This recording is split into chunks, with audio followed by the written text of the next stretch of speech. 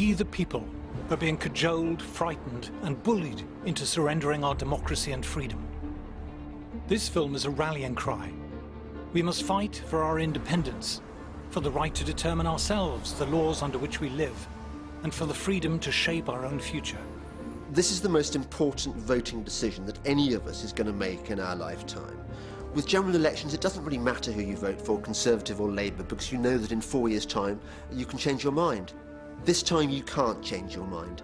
This time is for keeps. In this film, we'll see how the EU works. It's like heaven for the politician or bureaucrat because it's power without accountability. It was devised to make sure that the great mass of the people could not control government ever again. The EU is turning into a dictatorship, and this is not overstating it.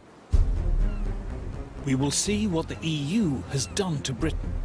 The EU has just obliterated the English fishing industry altogether. The European policies that we face are really the single biggest threat to our competitiveness. We'll see why Fortress Europe has been such a calamity for the European economy. What we see is the EU bringing up the drawbridge. The European Union has become an economic basket case. Certainly it is not in our economic interests to remain within the European Union. No way. We will look at the risks of tying our fate to the failing EU. Extremism at both ends is being fostered by the anti-democratic nature of the European Union. Far from being it safer for us to be in the EU, there are dangers that go along with us being members of the EU, being dragged into situations we don't want to get in. And we'll look at how independence could transform Britain. We have huge scope for creating vast numbers of new jobs. Outside Europe, we could have prosperity on a level that we can't even imagine now. We're being asked to give up the right to govern ourselves. What are we being offered in return that could possibly be worth it? Just shows utter contempt for what they think people are like, because they really do believe that these little trinkets are going to buy us off. What really matters is that you should have the power to remove the people who govern you.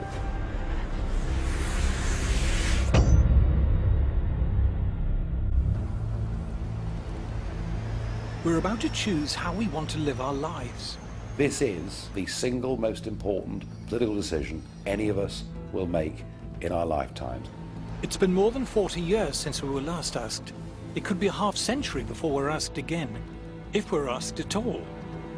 I think this is the last chance that we'll be able to vote on EU membership when we still have a recognisable identity as Britons. And what makes it scary is that if we go the wrong way, we're in it for certainly my lifetime, and probably my kids' lifetime. I'm on my way to Brussels to better understand the deal that's on offer. This is about our ability to say to ourselves that we are a genuinely democratic and free people. That's how important this is. In return for our democratic rights, we've been promised prosperity and security. Are these promises convincing? The choice before us is all about democracy and how highly we value it.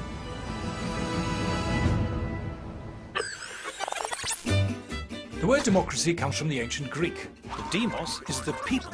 The people are meant to be in charge, not politicians or bureaucrats. They're meant to serve us, not rule us. We have given them some power, but only temporarily, and we can take it away from them if they displease us. That's the theory. The EU, s'il vous plaît. Straight off, there's a snag. On my quest to understand the EU, my first challenge is to find it. There are over 90 EU buildings here in Brussels, and a load more in Strasbourg and Luxembourg. As impressive as the modernist buildings is the number of directorates, councils, commissions and ministries which occupy them. But here the EU slips its first cog. For a democracy to function, there needs to be transparency. We, the people, need to know how the system works.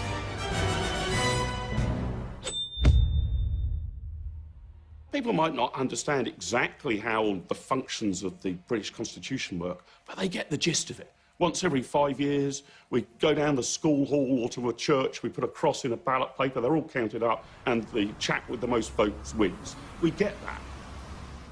You try working out how a European Commissioner is appointed. It's positively Kafkaesque. You can't actually get your head around who does what, why, and who is answerable to whom. The European Union, which imposes laws on 28 countries, is made up of 7 main institutions, which include the European Council, the Council of the European Union, the Court of Justice of the European Union, the European Commission, and the European Parliament.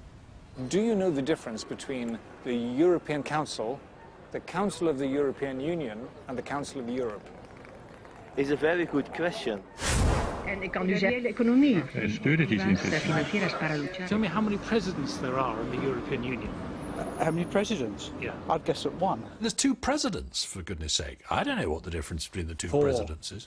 There's 4 presidents, you say. There are squads of committees and presidents of this and commissioners of that. The expression I really hate is pooled sovereignty. It's bollocks. The people of Slovenia have no more idea than the people of the UK and the people of Sweden or the people of Spain what in fact is going on. I wouldn't profess to understand the detail of how it all works. And I think part of that is deliberate. One side knows. One side is a priesthood and knows how it all works, and the rest of us, ordinary citizens, don't know how it works, a massive transfer of power takes place. It was devised to make sure that the great mass of the people could not control government ever again.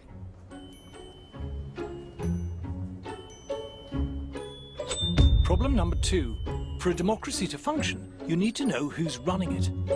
A democracy only works if you know who your representatives are. David Cameron, tough, tries to hide it, probably quite a nasty piece of work. Tony Blair, oily. There is only room for one in the lifeboat, Tony Blair. The ordinary voter, who's going to hand them all this power, can make up their mind whether they like them, dislike them, because they see them in the papers, they hear them on the radio, they watch them on the telly. Do you recognise this man? No. Do you recognise that man? No. I challenge you to name almost any of them. Do you recognise this guy? No. There's that chap Juncker. Is he one of them? I didn't know whether it was just the British being a bit thick, so I thought I'd ask some folk in Brussels. Yes. Martin. Martin. Can you tell me who that is? No. Who are all of these Eurocrats? Who are they answerable to? Ah, but here we come to problem number 3, accountability. Would it help if you knew who they were? Because you don't have any power over them, so what's the point?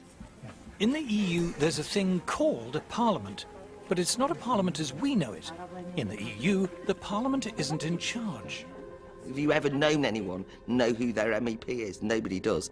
It's because we know that they're not actually being voted into a meaningful position of lawmaking. This is the only parliament the world's ever invented where you cannot initiate legislation, propose legislation, or even the repeal of legislation. All of that comes from the unelected European Commission. So you can't propose a law and try and get it passed? No, absolutely not.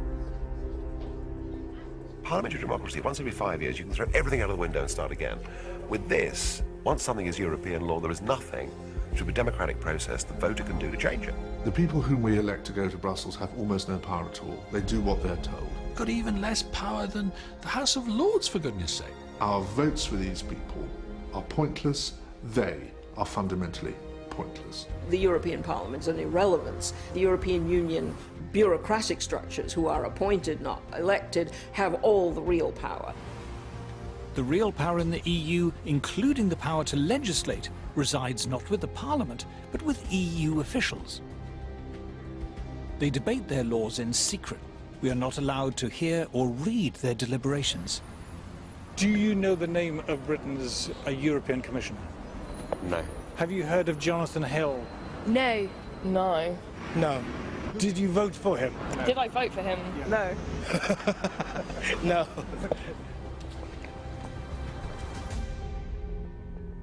The curious thing is, only last year we were celebrating the 800th anniversary of Magna Carta, the founding charter of English freedom.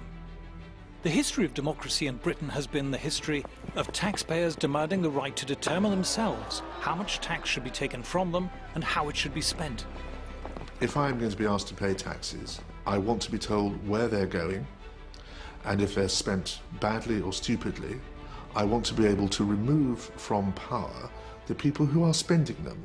What made Britain rather different from most other countries was that at an early stage we said no government could pass any law or impose any tax without first getting the authority of the British people. So it's a major thing that we can be taxed by other people without our say.